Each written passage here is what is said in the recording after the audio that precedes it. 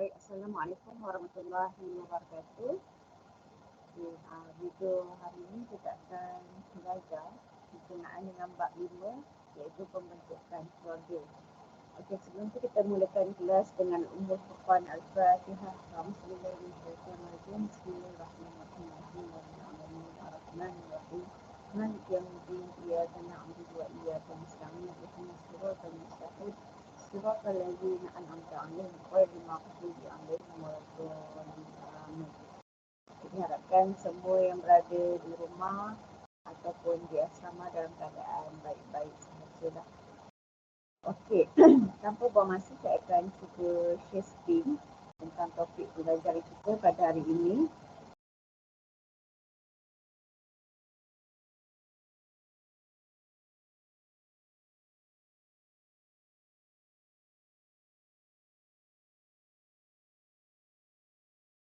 Okey, sebelum tu izinkan saya untuk off the table sebabnya kita dekat asrama ni, kita dekat college ni kita tak ada wifi sekarang ni. Dan dalam 3 hari ni kita gunakan data, so line agak lambat sikit, saya terpaksa off camera lah. Okey. Okey, ni adalah tajuk yang akan kita belajar pada hari ini. Apa yang akan kita sentuh dalam pembentukan keluarga. Pertama adalah berkenaan dengan definisi perkahwinan dan juga keluarga, hukum perkahwinan. Kita ada wajib, haram, sunat, harus, makruh.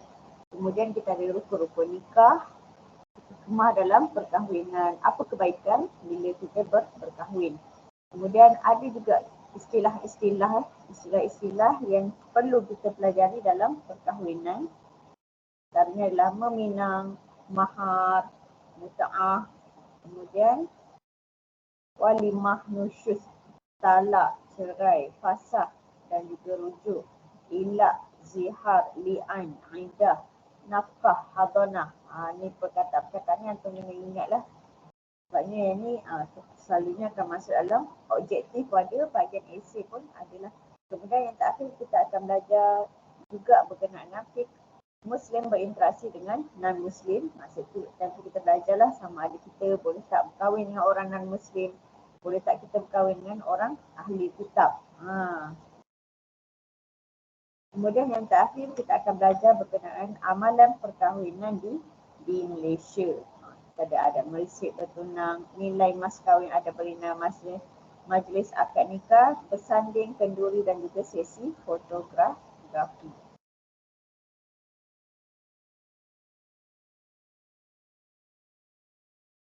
Okey.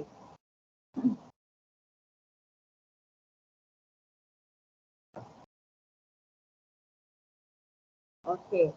Pergi pada yang pertama, iaitu apakah yang dikatakan dengan definisi perkahwinan. Okay, bila perkahwinan ini dia mestilah berkaitan dengan akad lah. Sah tak sah tu kan selalu kita dengar dia ada perkataan akad. Akad ni adalah ikatan. Ikatan ni boleh kita buat akad dalam jual beli, akad dalam zakat, kan kita ada akad-akad dia, zakat fitrah raya ada akad yang perlu kita baca. Sama juga dengan perkahwinan, juga ada akad yang menjadi satu ikatan. Akad tu ikatan yang perlu dilakukan lah, atau ucapan-ucapan untuk kita menjalinkan ikatan, menjadikan pasangan itu suami isteri yang halal antara satu sama lain dengan cara yang dibenarkan oleh syarak. Dia ada rukun-rukun dia lah. Rukun-rukun nikah kena ada suami, isteri, wali, akad dia dan juga saksi. Okey, kemudian yang kedua adalah usrah. Usrah ataupun dalam bahasa Melayu kita panggil sebagai keluarga lah. Keluarga iaitu satu sel ataupun kelompok yang mengandungi selalunya ada bapa, ibu, datuk, nenek, anak lelaki, anak perempuan, kakak, abang, ada cucu-cucu. Sama juga dengan kalau kita ada anak angkat, anak tiri, anak susul, itu adalah sebuah keluarga lah, satu kelompok dalam terdiri daripada satu sel, keturunan. Walaupun dia anak angkat, dia pun walaupun dia anak susuan dan juga anak tiri, kita panggil sebagai satu kelompok lah, sebuah keluarga. Okey. Seterusnya adalah hukum Kita pergi lagi sikit lah. Ini adalah hukum berkahwin ataupun hukum dalam perkahwinan. Kita ada 5 hukum di mana wajib, haram, sunat, harus dan juga makruh. Apakah yang dikatakan dengan wajib ni? Wajib ni khawatir diri mereka terjebak dengan perzinaan sedangkan mereka mampu memenuhi segala keperluan perkahwinan. Maksudnya wajib ni dia dah mampu, dia dah ada rumah, dia dah ada kereta, dah ada tempat tinggal dan sebagainya. Jadi bila masa dia tak boleh menahan dia punya nafsu, so dia wajib kena kahwin lah. Dia dah ada semuanya, dia tak boleh nak menahan nafsu dia, dia takut dia terjebak dengan penzinaan, so dia diwajibkan kahwin. Kemudian yang kedua adalah haram. Haram ni bagi orang yang tidak mampu menyediakan wang perkahwinan dan yakin akan menzalimi isterinya kalau berkahwin. Contohnya macam orang penaja dadah ataupun kaki botol kan, dia akan menzalimi isterinya. Dia tak sedar, dia akan pukul, dia akan dera isteri dia. Dia tak bagi duit, dia pukul, dia dera. Dia suasana begitu, situasi macam tu kita jatuhkan sebagai hukum haram lah. Haram kahwinannya. Okey, kemudian sunat. Sunat adalah seorang yang ingin kahwin. Kita boleh katakan sunat ni dia dah mampu.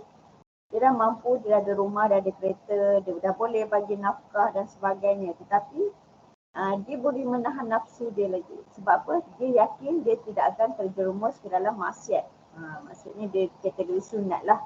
Bukan diwajibkan lagi berkahwin. Tetapi dia ada simpanan dia. Dia mampu sebab dia ada simpanan. Dia selalu orang yang dah bekerja lah.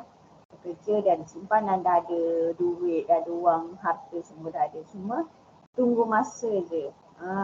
Kata jodoh tak sampai tu, inilah dia kategori sunat.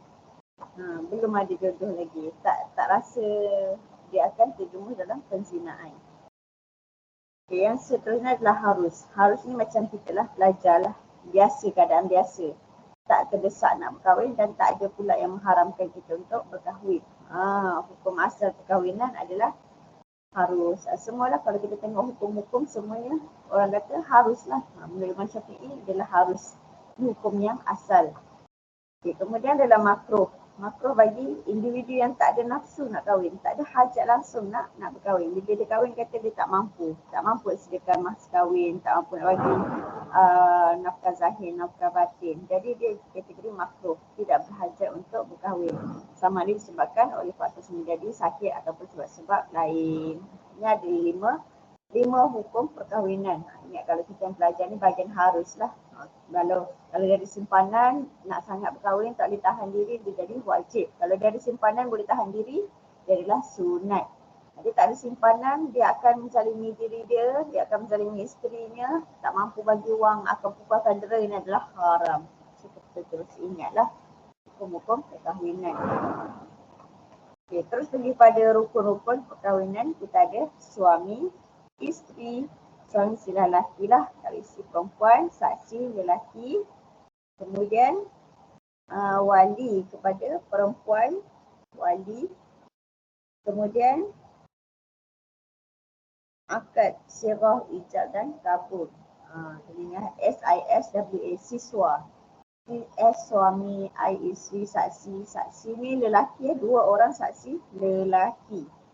Dia wali kepada wali perempuan, ada mana wali ayah, wali hakim dan sebagainya lah. Akad ni sirah, ijab dan kabul. Aku nikahkan, aku terima nikah, itu adalah akad lah. So ingat dia punya susunan dia SISWA.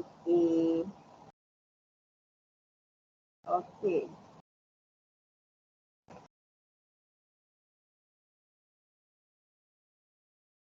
Selanjutnya kita pergi pada hikmah perkahwinan. Kenapa kita berkahwin? Bila berkahwin adalah hikmah dia, ada kebaikan dia. Yang pertama adalah fitrah manusia lah. Fitrah manusia kita ada nafsu seks lah. Lelaki suka perempuan, perempuan suka lelaki. Jadi Islam menyediakan jalan yang halal iaitu perkahwinan. Yang kedua adalah untuk mendapatkan keturunan yang soleh. Untuk mendapatkan remaja yang berakhlak, untuk keturunan soleh, jadi kita berkahwin. Dengan berkahwin akan melahirkan keturunan yang mulia, berakhlak. Hasil daripada apa? Didikan agama cukup, bukannya lahir tak tahu asal usul dan sebagainya. Sebab kita dah berkahwin, kita bukan anak yang tak ada asal usul. Kita dapat menjadikan keturunan kita keturunan yang soleh. Okey, kemudian bila berkahwin dapat ketenangan jiwa, kita dapat saling memenuhi hak pasangan, kemudian kita akan rasa tenang. Kemudian kalau si suami ni selalunya akan biasalah si suami lelaki akan dengan sifat pelindungnya, kalau isteri dengan sifat manjanya, taatnya kepada suami. Bila berkahwin ni kita akan menjadi tenang, memang akan tenang. Contoh orang yang kusut, stres, kacau bilau, tak hidup, tak terurusan, dia kena kahwin. Orang macam tu bila kahwin, ada yang menguruskan rumahnya, ada yang menguruskan dirinya, ayunkan baju, sediakan makan, minum. So dia akan, jiwa dia akan bertambah tenanglah. Okey, yang seterusnya adalah akhlak, menjaga akhlak. Daripada apa? Meruntuh dan juga rosak. Kita menjaga akhlak sebab tu kita berkahwin. Kalau kita tak menjaga akhlak, kita akan terjerumus dalam perbuatan maksiat, akan berzina. Dia akan merosakkan keharmonian rumah tangga. Mencabut kehormatan, dan dari satu dalam kita mengelakkan zina ni sebab untuk menyekat juga sebaran penyakit-penyakit yang berbahaya, penyakit berjangkit seperti AIDS, HIV, dan boleh menimbulkan tekanan jiwa dan juga perasaan kita. Okay, seterusnya dari segi keturunan, kita juga menjaga dari segi keturunan, menjadi keturunan yang baik terhasil pada ibu bapa yang sah. Ibu bapa yang sah yang dah berkahwin akan lahirkan keturunan-keturunan yang baik melalui jalan perkahwinan, bukan daripada penzinaan. Yang terakhir adalah persaudaraan, meluaskan persaudaraan dan membina prinsip kerjasamalah antara dua buah keluarga, bahagian bertua dan juga bahagian keluarga kita lah. Macam baru ni keluarga Siti Sarah. Siti Sarah sangat rapat dengan bahagian keluarga bahagian mertua dan keluarga dia sendiri. Maksud itu persaudaraan lah. Walaupun kita mak lain, bapak lain, tapi bila kita berkahwin, kita bagaikan menggabungkan kedua-dua buah keluarga menjadi dalam satu keluarga. Kita ada kita selesa dengan kedua-dua buah keluarga. Ada juga orang berkahwin ni tapi dia tak selesa duduk dengan mak mertua, ada yang tak selesa duduk dengan ayah mertua dan sebagainya lah. Orang kata seeloknya kalau dah berkahwin ni kita duduk rumah sendiri, sewalah mana-mana pun. Tapi tak boleh je duduk dengan mak ayah, tak kisahlah. Janji kita ada persaudaraan, jalinan persaudaraan tu terjalin. Okey. Tu bila duduk dalam persaudaraan ni, bina tugas lah. Bila kita suami isteri, ketua rumah tangga, kita menjaga makan, minum, pakaian, tempat tinggal, didik anak, sama-sama menguruskan rumah, sama-sama kita kongsi, membina rumah tu, masjid tu sama-sama. Okey, seterusnya kita terus pergi kepada istilah-istilah dalam perkahwinan. Ada banyak istilah kat sini. Kita start dengan meminang. Meminang ni dia adalah yang Nabi buat lah. Perkara yang Nabi buat, sunnah Nabi meminang. Merisik, melamar tu pun tak ada. Nabi terus start dengan meminang. Okey. Tapi kita sekarang bila pinang, kita dipinang kan, pinang maksudnya bila orang tu putus tunang je, kita takut. Kita takut bila dalam satu keadaan kita putus tunang. Sebab apa? Bila putus tunang ni, orang kata aib keluarga. Tapi tak apa, dia jangan risau kalau kita putus tunang. Itu adalah dalam proses kita mengenali. Dalam kita dalam pertunangan tu, proses pertunangan tu, bila kita tahu lelaki tu ataupun perempuan tu tak baik, tak elok, macam bukan yang kita nak dan sebagainya, ada buat benda-benda yang tak elok dan sebagainya. Dalam proses mengenali tu kita boleh putus. Boleh minta putus tunang. Jangan sebab kita takut aib dan sebagainya, sebab nanti akan menanggung derita adalah kita juga. Sebab tu kita namakan dia dalam proses antara bertunang nak ke perkahwinan tu, di pernikahan tu ambil masa perkenalan dulu, mengenali si bakal suami ataupun bakal isteri. Selalunya dalam konsep meminang ni, lelaki akan bagi cincin lah dekat perempuan sebagai tanda. Lagi satu haram dalam Islam bila kita pinangan orang lain. Kita dah tahu dia dah dipinang, dia dah bertunang tapi kita sailang. Kita pergi pinang dia juga, haram. Kalau dia tak terima lagi tak apa, dia ada rombongan satu datang, rombongan dua datang. Rombongan satu dia tak terima, dia masih apa ni, atas pagar dia tak bagi jawapan, rombongan kedua pun tak bagi jawapan, rombongan ketiga dia terima, itu tak apa. Kalau dia dah terima satu dua, lepas tu dia boleh pula panggil yang ketiga datang apa semua kan, tak boleh dah, dia haram lah sebab dia dah terima. Okey, sebenarnya adalah mahar. Kalau kat Malaysia kita panggil sebagai mas kahwin. Ini perkataan mas kahwin. Iaitu sejumlah harta yang wajib diberikan kepada isteri disebabkan berlakunya akad nikah. Dia wajib diberikan setelah berlaku persetubuhan. Bila dah berlaku persetubuhan, wajib memberikan akad nikah. Melainkan toleransi lah. Isteri kata tak apa. Masa berkahwin dia tak bagi lagi. Masa akad nikah tu kan. Tapi sebelum dia melakukan persetubuhan dia kena bagilah. Melainkan atas toleransi. Dia kata okey tak apa, bayar ansur-ansur dan sebagainya. Toleransi isteri dia dibenarkan. Okay. Jika diberikan sebelum itu atau selepas persetubuhan dengan tempoh penangguhan dengan izin isteri, maka ia tidak mengapa. Kalau boleh bayar dululah, bagi dulu bayar mas kahwin, baru rasa tenang. Tenang sikit bila kita nak bergaul dengan isteri. Sebab itu adalah hak isteri. Isteri patut dapat hak dia. Okey, seterusnya.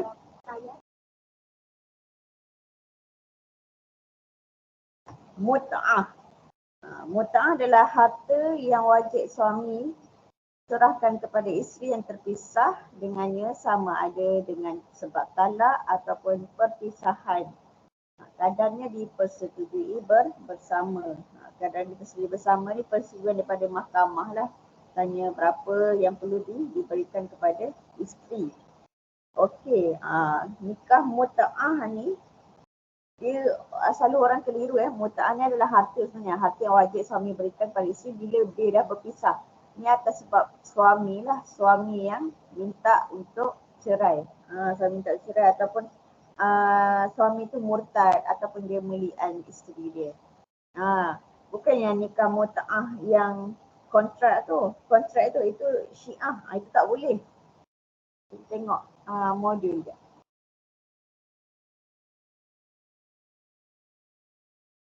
Nikah mut'ah.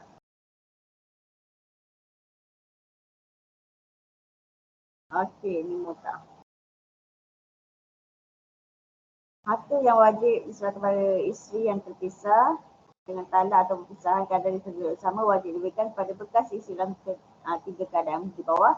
Apabila isteri diceraikan sebelum persetubuhan, yang kedua isteri diceraikan sebelum disetubuh dan mas kahwin tidak disebutkan semasa akad nikah, tak bagi tahu, tapi dia tetap kena bayar lah walaupun dia tak nyatakan mas kahwin lagi, dia tetap kena bayar wang lah, wang pampasan. Jika isteri dihukum supaya berpisah dengan suami, perpisahan itu mestilah disebabkan oleh suami yang minta lah. Sama ada dia murtad ataupun dia melian isterinya. Dia bersumpah menuduh isterinya yang berzina. So dia kena bayar mut'ah. Okey. Nanti antum akan kita pergi pada detail lah. Dia menuduh isterinya yang berzina. Lepas tu suami tuduh isteri zina, lepas tu dia kan tak dapat saksi. Bila dia tak ada saksi, dia kena hukum qazaf. Qazaf ni adalah satu daripada hukum mudud lah. Kena bunuh lah kalau dia tuduh orang yang mulia kan, berzina. So bila dia tak dapat datangkan 4 orang saksi, dia kena berlian. Berlian ni dia bersumpah lah untuk menyelamatkan diri dia. Sumpah laknat.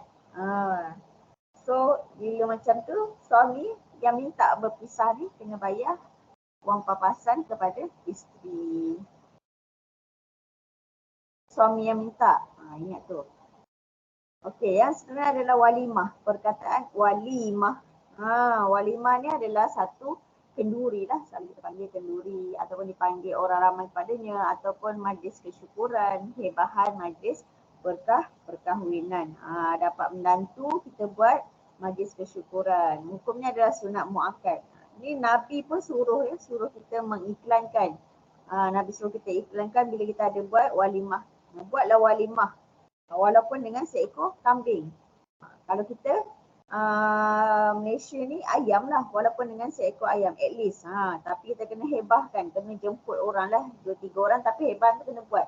Kena bagi tahu orang anak ni dah kahwin. Dan diadakan mengikut kemampuan pasangan. Jangan sampai berhutang, keliling pinggang sebagainya, ikut kemampuan saja. Dia just nak sekadar hebahan dan jemput sikit-sikit pun tak apa, walaupun dengan hanya seekor ayam. Tak apa, dibenarkan. Waktu yang digalakkan ialah selepas berlakunya persetubuhan. Maksudnya dah nikah lah, lepas nikah baru kita buat sanding. Walimah ni panggil kenduri. Bukannya kita buat kenduri dulu baru nikah, tak. Lepas berlakunya persetubuhan. Tapi kita tak boleh ikut juga sebab kalau jatuhnya haid pada lepas nikah tersebut, itu tak boleh juga. Ini cuma hanya galakkan daripada ulama', ada perbincangan daripada ulama'. Sebab ada benda tak boleh berlaku. Tak boleh nak buat persetubuhan sebab dalam keadaan haid. Kemudian hukum menghadirinya adalah fardu ain kepada yang dijemput. Ni pun kena take note lah. Bila antum dijemput untuk hadir majlis perkahwinan, jadi jemputan tu adalah wajib pergi. Kalau tak pergi berdosa. Kalau kawan tu WhatsApp ajak datang majlis perkahwinan dia, kena datang lah. Kalau tak datang jatuh hukum dosa. Kalau dia umum, dia WhatsApp kat grup jemputan secara umum, tak apa. Kalau tak pergi kan. Kalau dia WhatsApp kita secara serius, datang dan sebagainya, dia bagi tahu ni dekat sini, kalau datang aku suka dan sebagainya lah. Kalau dia dalam jemputan serius, jadi kita kena datang lah. Kalau tak datang kena bagi tahu sebab khusus. Maaf tak dapat datang, anak sakit dan sebagainya. Maaf tak dapat datang, jalan sesak, tak sihat ke apa ni. Kena bagi tahu. Tak boleh dengan saja-saja datang sebab boleh jatuh hukum haram lah, berdosa. Okay, kalau kita nak pergi kenduri akikah, makan-makan yang lain semuanya tak apa. Kalau tak datang pun tak apa. Tapi bila dia dijemput walimah, kenduri kahwin, kena datang. Kita kena ingatlah, kena datang. Okey, kemudian adalah nusyuz. Kemudian nusyuz. Next. Nusyuz. Nusyuz ialah isteri menderhakai dan tidak mentaati suami seperti yang diwajibkan Allah. Hukumnya adalah haram dan ia salah dan adalah satu dosa besar.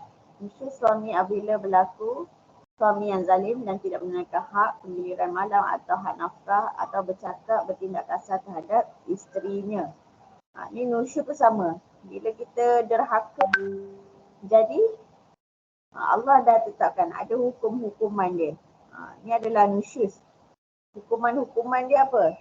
Kalau isteri yang tak dengar cakap ni, dah tegur, tak jalan, suruh tutup aurat tak tutup. Bila tegur, yang pertama kita tegur bagi nasihat. Ataupun yang kedua kita buat apa? Asingkan tempat tidur. Asingkan tempat tidur. Sebab apa? Ini kita sebagai denda lah. Contohnya dia ada cakap kasarnya kita sikit kan, terasa macam tu lah. Lepas tu kita dah tegur nasihat, tak jalan, lepas tu kita asingkan tempat tidur. Kalau perempuan ni, dia diasingkan tempat tidur, dia akan rasa something lah. Ada benda yang dia buat ni, ada benda yang salah ni. Kenapa aku diasingkan, kenapa dia tak tidur sekali, kenapa dia tidur kat luar. Dia tak akan terasa macam tu lah kalau perempuan. So, Allah dah bagi tahu, Nabi pun dah ada ajarkan. Okey, seterusnya kalau tak jalan juga, dah lepas asingkan tempat tidur, tak jalan juga. Nabi cakap apa? Allah kata boleh pukul. Pukul tu macam mana? Hanya menggunakan kayu siwak. Tak kayu siwak tu macam mana? Saya nak tunjuk tu macam kayu sugi lah, kayu sugi macam besar pen ni lah. Saya nak tunjuk pen. Agak besar pen ni saja. Ni macam ni kan. Contohlah kayu siwak. Kalau kita nak pukul tu, pukul jangan sampai berbekas. Macam tu je. Dia tak ada yang pukul yang pakai penyapu, sepak hati dan sebagainya. Geram sangat, tak boleh. Ada sekarang pun ada lah orang pakai penyapu, paling benda-benda tajam dan sebagainya. Sekarang bunuh-bunuh pun ada lah. Tu hati-hatilah. Okay.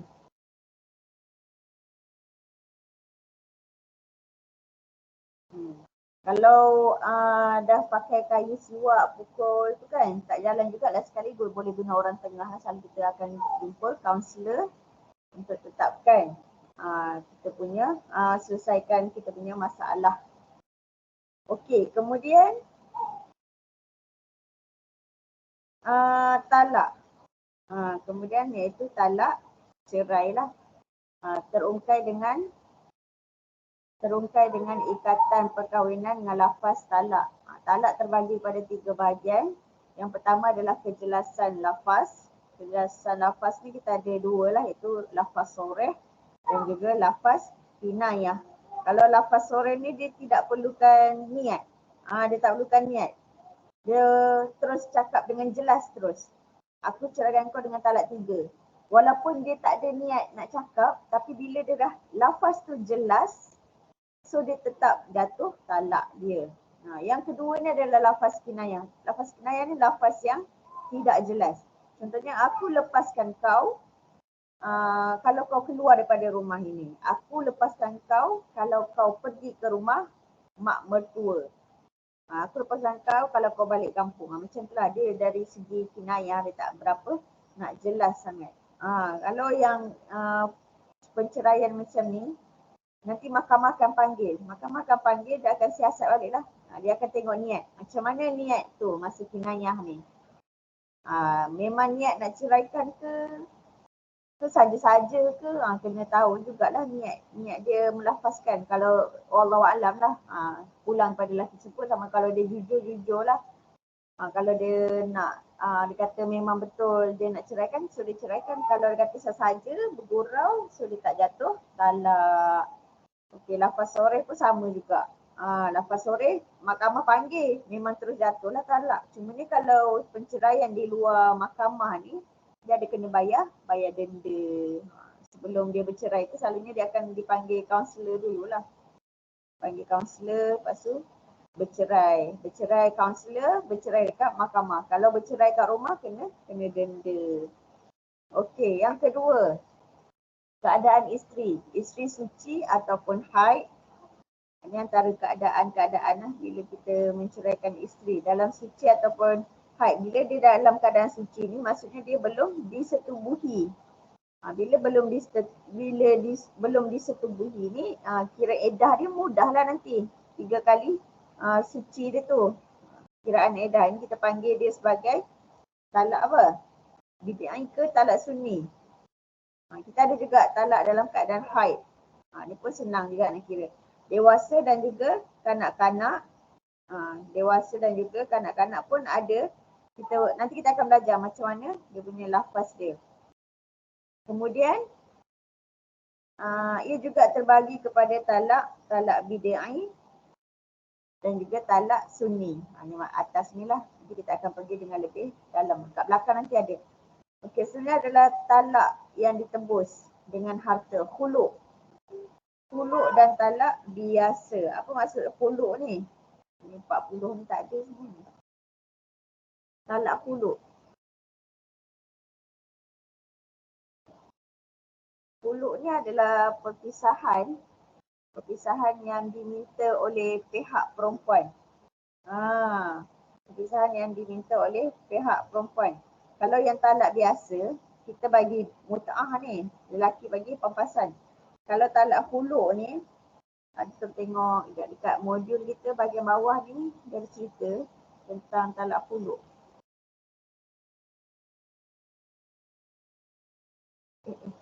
Talak. Okey, talak.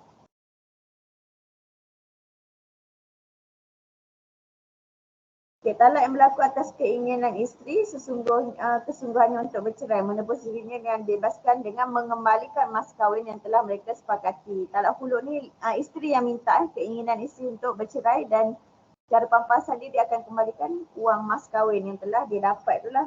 Selalunya isteri ni dia dah tak nak kat suami lah, ataupun dia dah tak boleh komit, ataupun dia ada lelaki lain dan sebagainya lah. So dia minta khuluk. Okey, ni adalah jenis-jenis talak.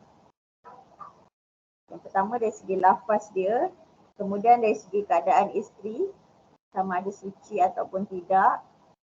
Yang ketiga adalah talak yang ditebus dengan harta. Okey, seterusnya adalah fasakh. Fasakh. Okey.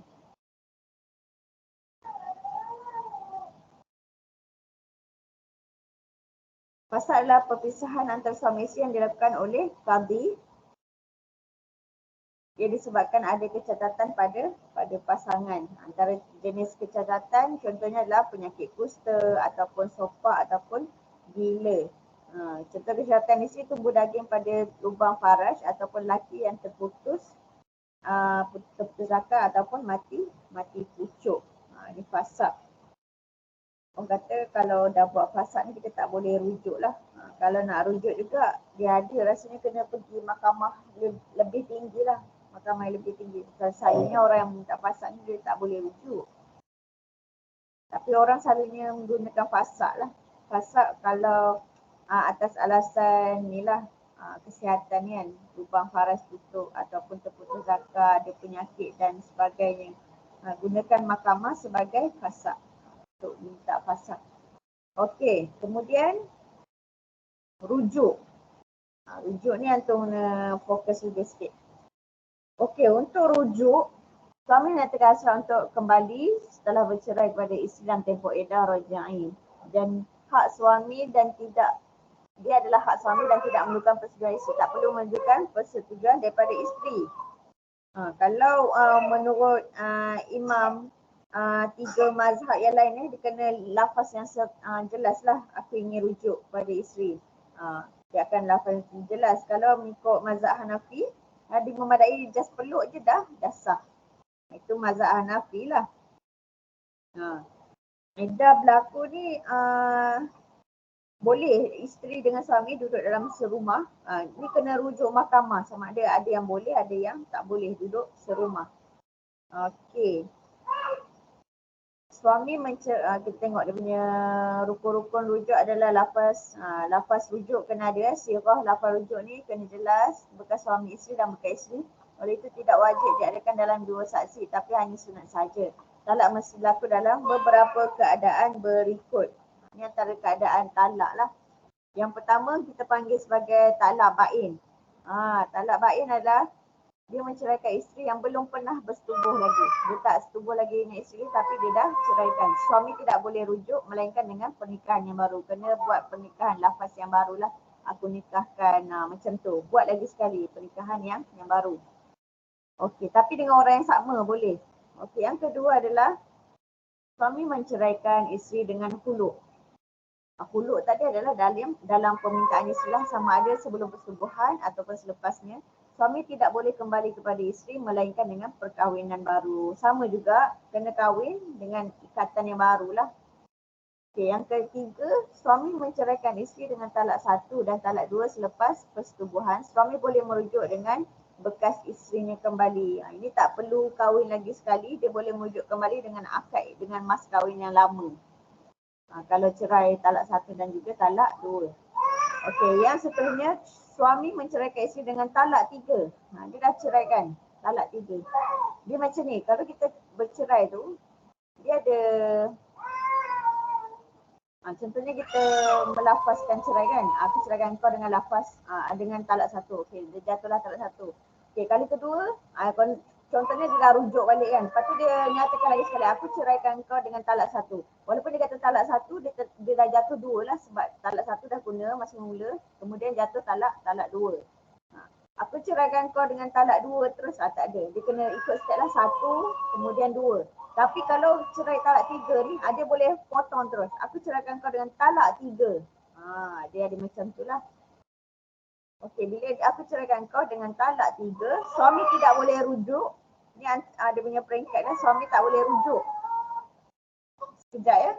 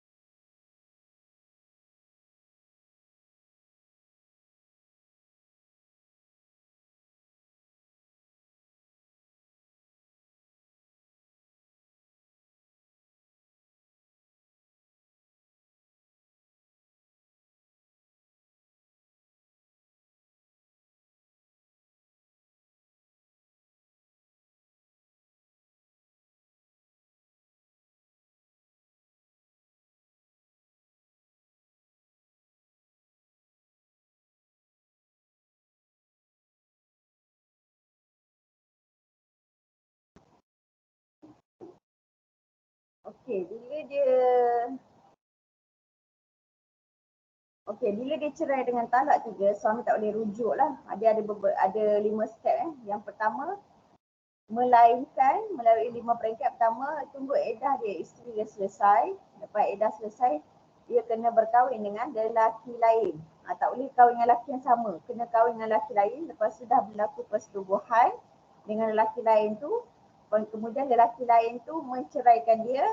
Kemudian lepas tu tunggu edah dia selesai dengan lelaki lain tu. Kemudian daripada edah dia selesai, barulah boleh berkahwin dengan suami yang lama dia kembali. Sebab apa? Sebab Allah nak bagi pengajaran lah. Kita tak boleh suka-suka hati nak bercerai dengan talak 3. Allah, Nabi kata apa? Perkahwinan yang dilaknat lah. Kalau kat Malaysia ni rasanya tak sah, tak sempurna lah perkahwinan dia. So kena hati-hatilah.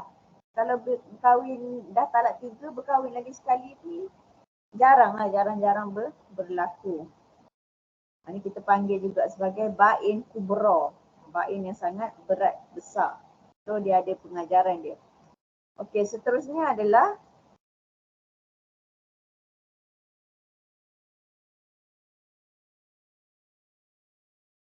rujuk dah. Ilak. Ilak adalah suami bersumpah tidak akan bersetubuh dengan isteri lebih daripada 4 bulan atau secara mutlak. Ilak ni sumpahan lah. Contohnya, wallahi aku tak akan bersetubuh dengan kau. Ataupun aku dah tak ada selera dengan kau. Dia cakap dengan isteri dia. So dia bersumpah dia tak akan bersetubuh dengan isteri dia lah. Tanpa disebutkan bila masa dia. Tanpa disebutkan masanya. Daripada ilak. Okey, kesannya selepas 4 bulan adalah suami disuruh qadhi, itu mahkamah lah. Mahkamah akan suruh suami tarik balik sumpahan dan bayar kafarah. Kafarah dia selalunya apa?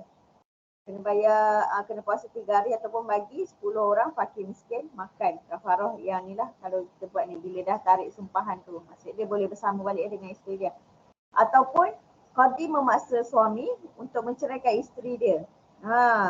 Qadhi kena suruh lah suami, dia biar je isteri, tak boleh. Jadi suami kena nyatakan cerai pada isteri. Kalau suami tak nak juga, qadhi akan menjatuhkan talak 1 bagi pihak suami. So qadhi sendiri, mahkamah akan jatuhkan talak 1 bagi pihak suami. Sumpahannya kalau tak tarik, mahkamah yang akan buat selesaikan. Okay, yang kedua adalah zihar. Zihar adalah menyamakan isteri dengan salah seorang mahram seperti ibu atau adik-beradik perempuannya. Dia samakan isteri dengan adik-beradik ataupun ibu ataupun adik perempuannya. Kalau dia cakap samakan bulu mata cantik macam mak saya, itu tak apa. Sebab dia ada pujian dan ada juga yang hinaan. Kalau dia adalah pujian, so dia dianggap sebagai penghormatan lah sebab dipuji. Dia tidak dikira zihar. Kafarah. Kalau dia betul membezakan, contohnya aku ayah dia lah, aku tak selera nak tengok kau ni. Tengok belakang badan pun dah macam mak aku. So dia dah membezakan bentuk belakang. Zihar tu adalah belakang badan sama dengan mak dia. So itu adalah talak lah. Kita boleh, Islam memberikan hukum baru pada yang bukan berbentuk talak. Ia adalah haram dan satu dosa besar. Orang Arab dia anggapkan benda tu sebagai talak terus. Sebab dia bezakan dengan maknya. Tapi kalau kita mufti kita cakap dia bukan talak. Dia hanya memberi bentuk sebagai talak. Okey, kafarah dia kena buat apa? Kena membebaskan hamba. Sekarang pun dah tak ada hamba.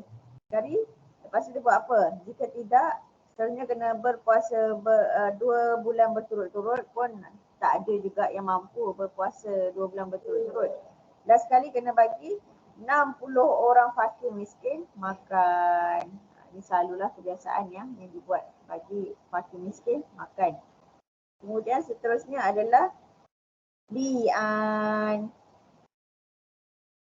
Okey. Li'an. Ialah li'an. Ni li'an. Saya ingatkan tadi dah. Li'an adalah suami menuduh isterinya berzina lalu bersumpah. Sama ada yang melihat sendiri isterinya berzina atau menafikan anak dalam kandungan isteri. Okey, jika suami menurunkan isteri berzina tanpa mendatangkan 4 orang saksi, ia dikira sebagai qazaf. Tapi macam nak elakkan daripada qazaf ni? Suami perlu mengelakkan daripada kenakan qazaf, mesti bersumpah 4 kali yang isterinya berzina dan sumpah laknat pada yang kelima. Sumpahan yang kelima adalah sumpahan laknat. Jika ia dan isteri pun perlu bersumpah 4 kali dengan 4 sumpahan berkata kemukaan ke atas dirinya jika suaminya bercakap benar supaya tidak dikenakan hukuman zina. Suami tadi qazaf sebab dia buat tuduhan. Kalau perempuan, kalau betul tuduhan dia kena jatuhkan zina. Kesannya perkahwinannya terbatas, selamanya tidak boleh berkahwin. Kalau berzina ni kita kena tengok depan-depan lah. Kalau dia punya hukuman hududnya kena sebat. Kalau dia tak datangkan saksi, kena sebatan. Sama juga dengan qazaf. Kemudian iddah. Kalau soalan ni masuk dalam objektif ada, esei pun ada lah. Soalan tu kena beri perhatian penuh lah. Okay, kemudian adalah iddah. Iddah adalah kata tempoh masa pada seseorang untuk menanti dan tidak berkahwin sebagai tanda pengabdian pada Allah, berkabung, bersedia kerana berpisah dengan suami atau untuk memastikan beliau tidak mengandung anak bekas suaminya. Iddah wajib dibagikan kepada dua, iaitu iddah kematian suami 4 bulan 10 hari.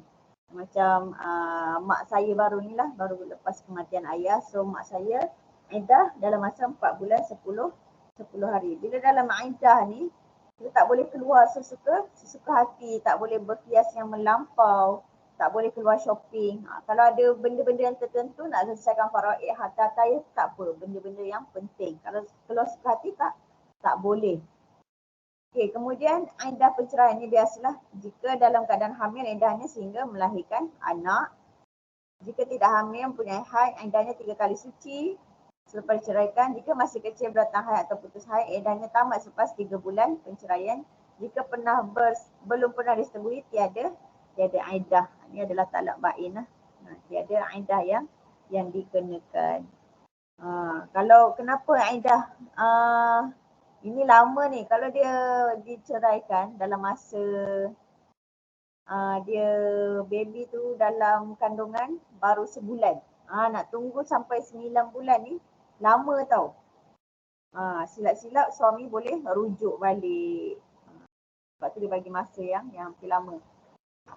Okey. Kemudian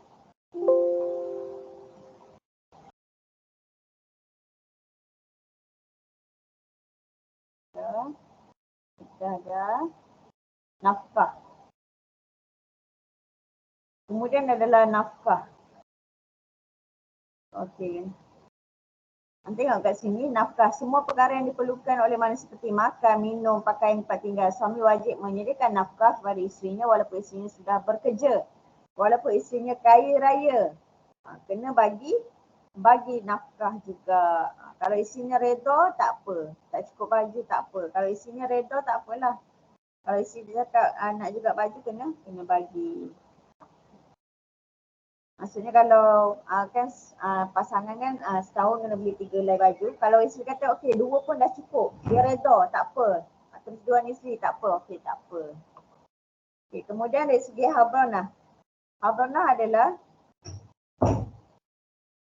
menjaga seseorang yang tidak dapat menguruskan dirinya, mendidiknya dengan pelbagai elemen sesuai dengan perkembangan. Selalunya habranah ni adalah kes perceraian. Bagaimana anak itu dibahagikan. Anaknya tinggal dengan mak ke tinggal dengan ayah. Okay, bagi kanak-kanak yang masih kecil sehinggalah umur anak itu memayis, selalu yang dapat membezakan baik dan buruk lah. Kita panggil dia sebagai habranah. Tapi bila kanak-kanak itu daripada umur memayis sehingga dia balik, kita panggil dia sebagai kafalah. Anak yang memayis diberi pilihan untuk milih sama ada ibu atau bapanya untuk dia tinggal. Dia boleh pilih lah. Kalau antum tengok dekat kita punya buku, modul. Okay, bagi kanak-kanak yang masih kecil, habranah berakhir sehingga umurnya mayis, menjaga miliknya selepas umur mayis dengan habranah. Ya, Hartonah hak penjagaan anak selepas perceraian suami dan isteri jika anak kecil yang belum mumayyiz menjadi kewajipan ibu untuk menjaga anaknya. Apabila anaknya sudah mumayyiz 7 tahun, maka tempoh Hartonah dikira selesai. Satu peringkat lain yang dinamakan sebagai kafalah, anak boleh memilih sama ada nak tinggal sama ibu ataupun bapa. Kalau dalam Hartonah tadi, ibu yang kena jaga. Maksudnya daripada umur mumayyiz ke bawah. Biasanya 7 tahun ke bawah, ibu dah jaga daripada baby sampai 7 tahun. Bila dah umur 7 tahun, dia boleh pilih sama ada nak duduk dengan mak ke, duduk dengan ayah ke, ataupun gile-gile. Selalunya kita ada timbal rasa lah, toleransi kat situ. Macam Shahnaz kan, Shahnaz dengan Nabila, dia anak dia kecil, dia boleh kejap kat rumah mak dia, kejap kat rumah ayah dia. Boleh je atas persetujuan suami isteri lah. Okey, selesai untuk istilah-istilah dalam perkahwinan. Kemudian ni antum boleh bacalah, baca sendiri pembentukan keluarga kita ada sebelum perkahwinan, apa yang kena ada, asas ilmu agama, kesihatan, ni preparation lah, preparation sebelum berkahwin. Kita kena tengok dia punya keturunan, kesuburan, material, ada tak harta nak bagi kat isteri, ada tak tempat tinggal selepas berkahwin. Pun ada juga kita punya tanggungjawab suami terhadap isteri, tanggungjawab isteri terhadap suami, dan tanggungjawab ibu bapa terhadap anak-anak, tanggungjawab anak-anak terhadap ibu bapa. Antum boleh bacalah. Okey, seterusnya kita pergi kepada amalan. Amalan perkahwinan di Malaysia. Amalan perkahwinan di Malaysia, ni kita ada dalam 8 amalan dia. Yang pertama adalah merisik. Merisik ni biasanya lelaki bagi perempuan lah dalam bentuk hantaran cincin dan sebagainya. Ada yang ada dia punya hantaran-hantaran dia bakul-bakul dia kan. Kalau dari segi sunnah, Nabi tak ada merisik. Dari segi merisik ni lah kita nak tengok dia punya kelayakan akademik. Dia akademik. Kalau dia SPM berapa nanti untuk hantaran. Kalau untuk diploma kena bayar berapa. Time lah kita berbincang lah merisik. Selalu orang merisik ni akan menetapkan tarikh pertunangan. Time ni juga kita tahulah dia degree ke diploma ke. Jangan sampai pinjam duit lah. Selalu kita dapat nak minta duit tu wang hangus. Bagi perempuan, mak ayah buat kenduri. Bagi pihak perempuan dia bagi wang hangus. Duit tu kita selalu buat hantaran untuk buatkan kenduri. Okey. Mesti dilakukan oleh orang tua untuk mengenal calon menantu. Selalunya dah kenal lah. Jarang merisik sebab dah kenal. Tapi kita buat sebab adat. Yang kedua, pengenalan ringkas. Orang tua mengenal sama ada pasangan yang ingin berkahwin itu beragama atau tidak, sepupu, sihat ke tidak. So orang tua tu nak tengok sama ada pasangan ni sepupu ataupun tidak, anak dara ke, janda ke. Time merisik lah kita. Dia tahu dia agama apa, latar belakang, maknya kerja apa, ayahnya kerja apa. Itu dalam merisik. Okay, kemudian bertunang. Bertunang ni syariat yang Islam ajar.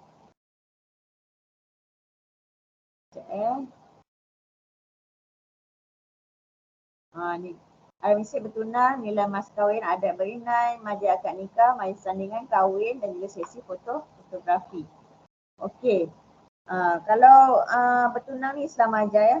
Kalau Ustaz Azhar Idrus, kalau anda tengok ceramah-ceramah dia mengatakan saya nak kahwin. Kalau kita setuju nak berpasangan dia diterima sebagai bertunang lah. Itu konsep asasnya. Tapi biasanya kita ada wakil lah mengikut adat, wakil pihak lelaki pergi meminang perempuan. Diharuskan melihat muka dan juga tapak tangan.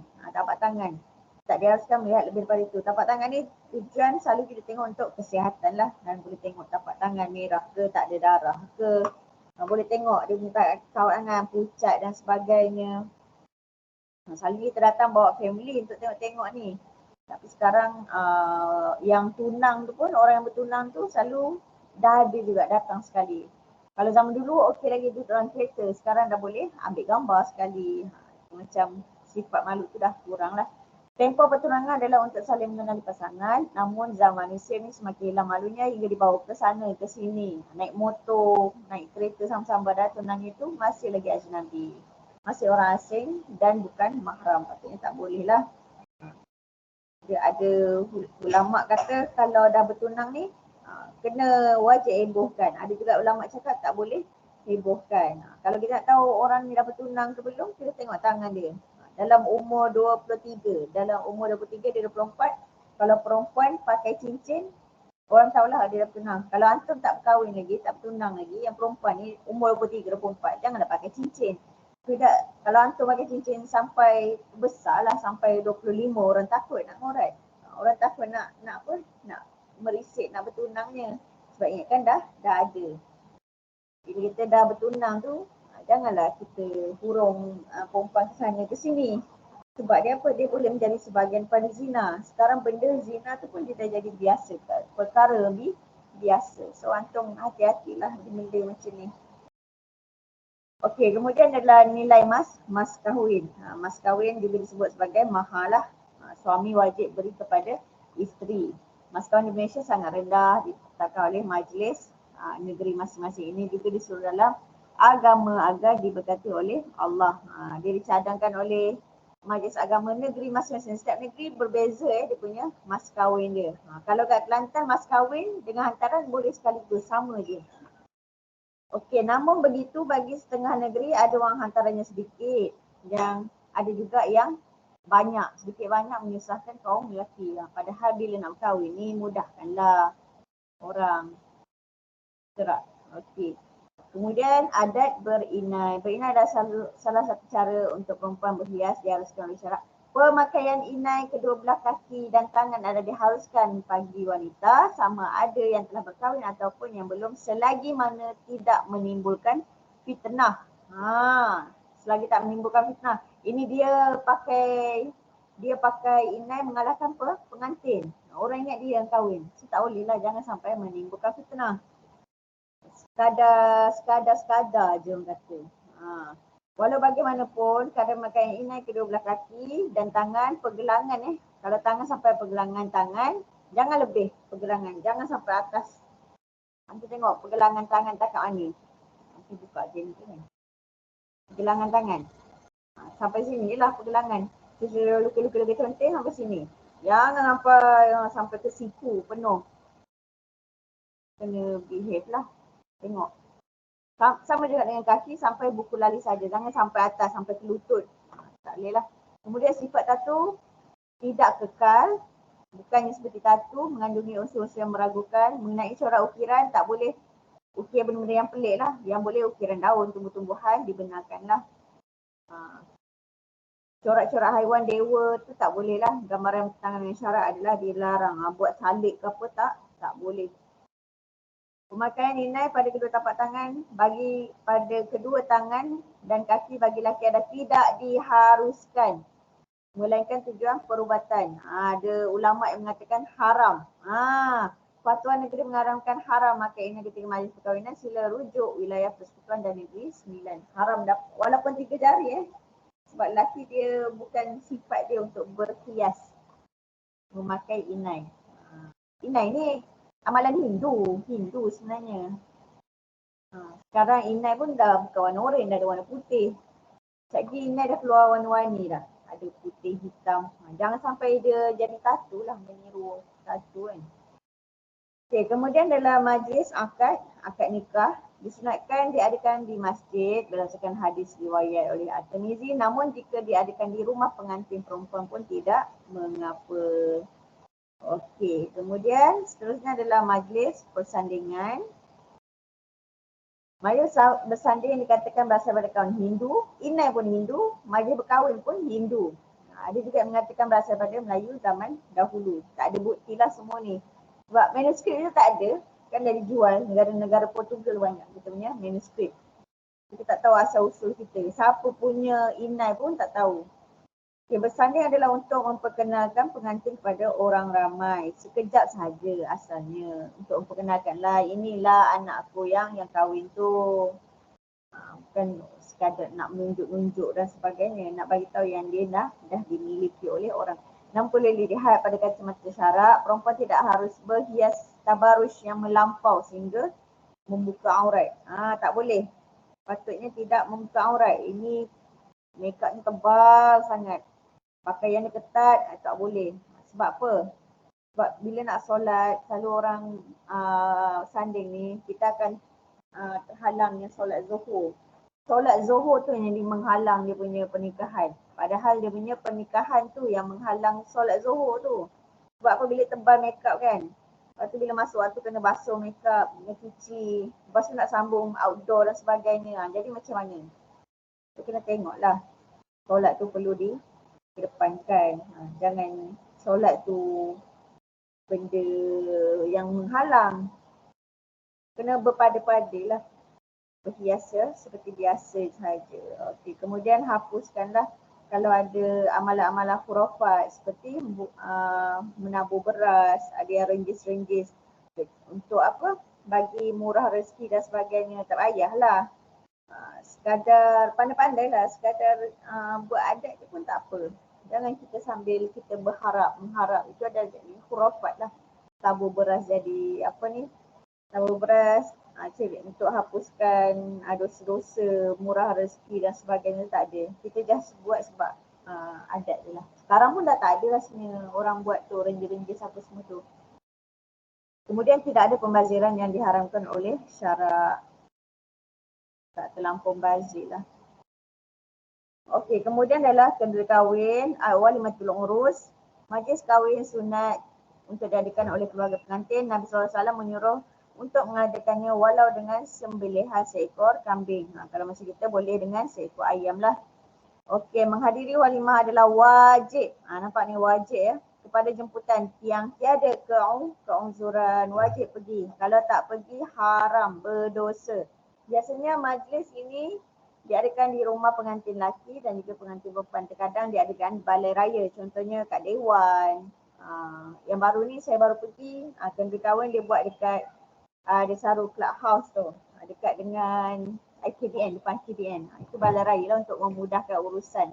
Semua orang tahu tempat tu. Parking pun banyak, tak ada sesak dan sebagainya lah. Okey. Kemudian sesi fotografi. Okey, sesi fotografi ni adalah benda yang kekal ya, kekal abadi. Sebab dia ada gambar. Melainkan kita edit-edit boleh jadi lain pula. Okey, sesi fotografi pengantin untuk kenangan bersama hadirin diharuskan selagi mana tak ada unsur yang bercanggah dengan agama. Boleh sebenarnya, cumanya ada kesilapan lah yang selalu dilakukan. Bergaul bebas, duduk terlalu dekat ajnabi, bergambar peluk dan sebagainya. Kemudian gambar-gambar tu kena jaga batasan agama, tidak boleh beraksi ghairah. Selalu fotografer bagi tahu kan, okey peluk di sini. Pasangan perempuan, pasangan lelaki, okey cium. Itu tak boleh lah sebab dia ada batasan-batasan agama dia. Pengantin bergambar terlalu lama indoor dan outdoor hingga tiada masa untuk menyambut meramah mesti tamu yang hadir. Dah tak nak solat pun susah. Lepas tu patutnya kita meraihkan tetamu yang hadir. Sebab apa? Tetamu yang datang ni nak mendoakan pengantin. Patutnya kita melayanlah tetamu. Okey. Okey, ni yang terakhir. Muslim berinteraksi dengan non-Muslim. Boleh tak kita bercinta dengan non-Muslim? Boleh. Boleh bercinta dengan non-Muslim. Tapi apa? Okey, Islam memberi kelonggaran perkahwinan antara Muslim dengan non-Muslim. Bukan. Bercinta dengan Muslim. Islam tidak menegah sama sekali perkahwinan antara bangsa. Wanita Muslim berbangsa Melayu boleh kahwin dengan mana-mana lelaki yang berbangsa apa sekalipun. Dengan syaratnya adalah Islam. Lelaki tu perlu masuk Islam dulu sebelum berkahwin. Boleh nak bercinta dengan non-Muslim daripada Iban, daripada Kristian dan sebagainya. Tapi dia kena masuk Islam dulu. Kemudian wanita Muslimah berkahwin dengan non-Muslim. Boleh tak wanita Muslimah berkahwin dengan non-Muslim? Islam melarang Muslim dan Muslimah berkahwin dengan orang bukan Muslim, bukan Islam. Mereka hanya boleh berkahwin sesama Muslim saja. Jadi hukumnya adalah haram dan tidak sah. Okay, so tak boleh berkahwin dengan orang non-Muslim. Okey, yang seterusnya. Berkahwin dengan ahli kitab. Boleh tak kita berkahwin dengan ahli kitab? Islam ini pelonggaran perkahwinan ahli kitab, Muslim dengan non-Muslim. Okey, boleh berkahwin dengan ahli kitab untuk lelaki sahaja. Perempuan kahwin dengan ahli kitab lelaki tak boleh. Sebab apa? Bila kita adalah lelaki berkahwin dengan ahli kitab tu perempuan, ahli kitab tu maksudnya apa? Ahli kitab tu adalah orang daripada yang menganut daripada kitab asal kitab asal Yahudi dan Nasrani. Nasrani Kristian lah. Yang menganut kitab asal dia. Tapi sekarang pun susah nak dapat kitab yang asal tu yang berpegang pada kitab asal. Sebab dah diseleweng, dah diubah dan sebagainya. Islam memberi kelonggaran perkahwinan antara non-Muslim. Muslim dengan non-Muslim ahli kitab. Orang lelaki Muslim berkahwin dengan non-Muslim perempuan. Hikmahnya apa? Bertujuan untuk menarik golongan ahli kitab untuk menganut Islam sikit sebanyak sebab lelaki boleh tarik orang perempuan ni untuk menganut Islam. Asalnya dia adalah ahli kitab daripada Nasrani Yahudi. Okay, kemudian anak-anak hasil perkahwinan ini akan menurut agama bapanya iaitu Islam. Tapi ada juga muzakarah fatwa kebangsaan dengan pandangan pendapat mazhab Syafi'i mengharamkan perkahwinan Muslim dengan ahli kitab. Sebab ini dah dibuat kajian semasa lah ulama kontemporari dia kata apa? Haram. Sebab apa haram berkahwin dengan ahli kitab? Sebab sekarang ni tak sama macam umat yang dululah. Umat sekarang adalah umat Islam lemah, terlalu lemah. Dan sekarang wanita berkuasa tinggi dan banyak lelaki yang tewas di tangan wanita. Kita takut lelaki tu yang masuk join ahli kitab, masuk agama lain pula. Agama anak bukan lagi ditentukan oleh agama bapa. Sebab apa? Bila dah umur 18 tahun ke atas, anak tersebut boleh pilih nak pilih agama apa. Kemudian wanita muslimah masih ramai dan baik berbanding wanita-wanita ahli kitab. Kenapa nak berkahwin dengan ahli kitab sedangkan ramai lagi wanita-wanita muslimah yang lain. Pendapat mazhab Syafi'i mengatakan ahli kitab adalah Yahudi dan Nasrani yang memiliki kitab asal dan beramal dengannya. Mazhab Syafi'i kata hanya yang beriman dengan kitab asal saja. Tapi sekarang memang dah tak ada dah lah sebab banyak yang dah diseleweng. Oleh itu matlamat dakwah sudah tidak tercapai maka wajar diperkukuhkan sama ada perkahwinan hanya dibenarkan sesama Muslim sahaja. Berkahwin dengan non-Muslim tak boleh, berkahwin dengan ahli kitab pun tak boleh. Kalau ada lagi orang yang beramal dengan ahli kitab yang asal itu dibenarkan. Okey, itu sahaja. Okey, kesimpulannya berkahwin adalah sunnah Nabi bagi siapa yang nak. Kita ada belajar rukun-rukun perkahwinan, hukum-hukum perkahwinan, istilah-istilah dalam perkahwinan.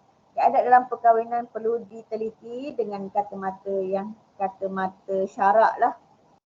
Supaya perkahwinan itu tidak membebankan dan tidak menyusahkan. Kita beri kemudahan dan ruang supaya orang-orang sekarang, pemuda-pemudi tidak terjerumus kepada zina. Kita memudahkan bila ada orang yang nak berkahwin. Kita menanamkan sifat memudahkan kahwin akan dapat menjaga keturunan yang lebih baik. Okey. Jadi itu saja video lecture bab 5 pembentukan keluarga. Okay, saya akhiri dengan tasbih kafarah dan suratul Asr.